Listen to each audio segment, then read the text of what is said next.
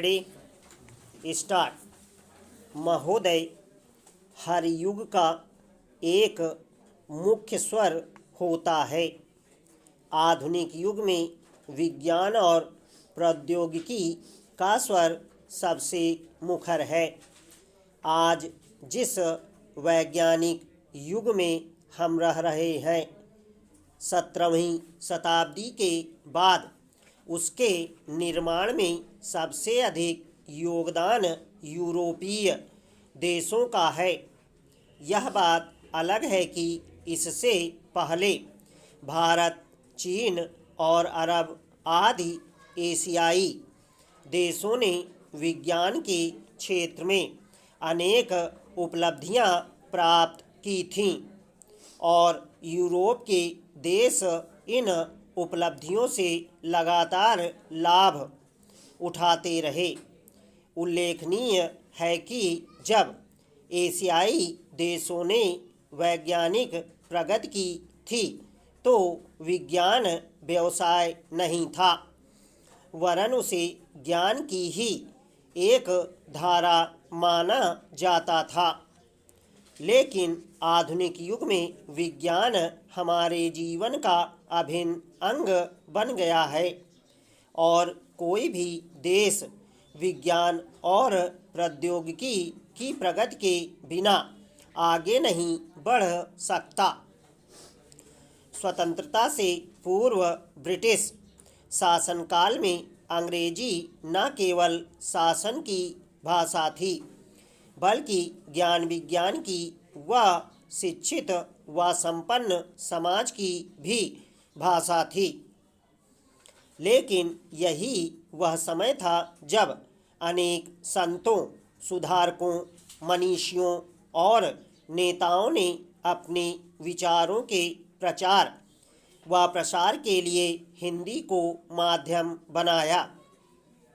अपनी दूरदर्शिता के कारण उन्होंने ऐसी भाषा को अपनी भावधारा के प्रचार का साधन बनाया जो सारे देश में बोली और समझी जाती थी।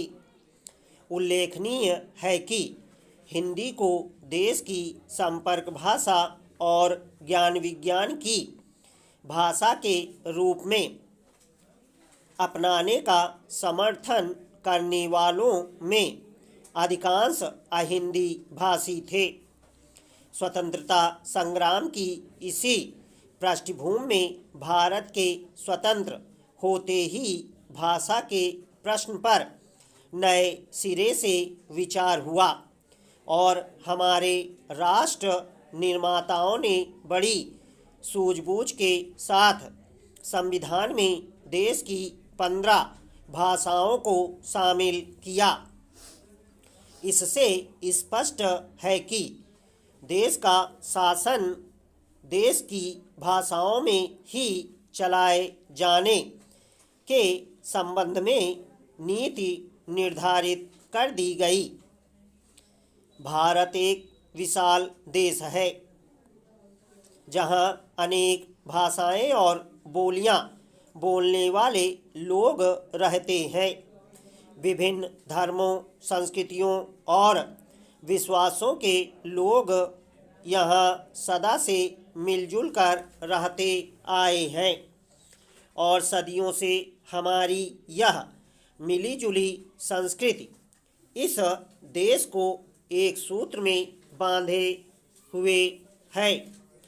इसी एकता को मजबूत करने के लिए और इस महान संस्कृति की विरासत को बनाए रखने के लिए ही संविधान में सभी भारतीय भाषाओं के विकास पर जोर दिया गया है।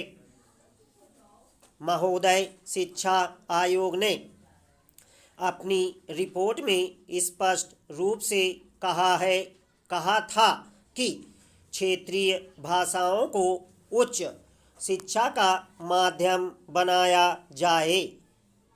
इसे ध्यान में रखकर शिक्षा के बारे में तैयार की गई हमारी राष्ट्रीय नीति में भी यह माना गया है कि सभी स्तरों पर शिक्षा का माध्यम क्षेत्रीय भाषाएं होंगी और प्राइमरी स्तर पर मातृभाषा के माध्यम से शिक्षा दी जाएगी। हमारे देश की सभी भाषाएं बहुत समृद्ध हैं, किंतु हिंदी को संविधान केंद्र की राजभाषा का स्थान दिया गया है। इसका कारण यह नहीं है कि यह भाषा इन सभी भाषाओं में प्राचीन या समृद्ध है, बल्कि ऐसा इसलिए किया गया क्योंकि यह देश के अधिकांश हिस्सों में बोली और समझी जाती है। हमारे देश के लगभग सभी राज्यों में इसके बोलने और समझने वाले लोग मिलते हैं। यह देश के विभिन्न हिस्सों को जोड़ने वाली भाषा है और इसी रूप में इसका विकास करना आवश्यक है। इस समय दुनिया के 30 देशों के 108 विश्वविद्यालयों में हिंदी की पढ़ाई का भी प्रबंध है और भारत के 63 विश्वविद्यालयों में भारतीय भाषाओं को उच्च शिक्षा की परीक्षाओं का माध्यम बना दिया गया है।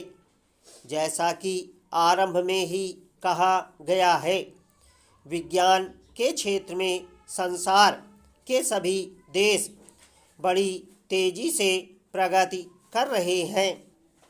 इसलिए यह आवश्यक है कि हमारा देश भी विज्ञान और प्रौद्योगिकी की दौड़ में पीछे न रह जाए।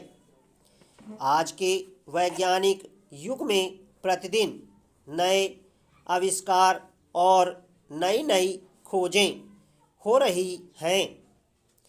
इनकी जानकारी का साधन मुख्य रूप से हमारा वैज्ञानिक साहित्य ही है।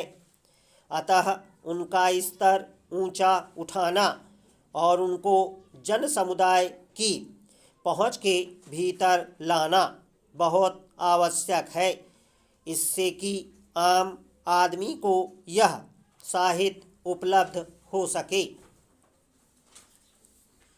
जहाँ तक हमारे देश के विज्ञान व प्रौद्योगिकी शिक्षण संस्थानों में हिंदी को माध्यम के रूप में अपनाने का प्रश्न है, इस संदर्भ में हमारे पास 2 मॉडल हैं।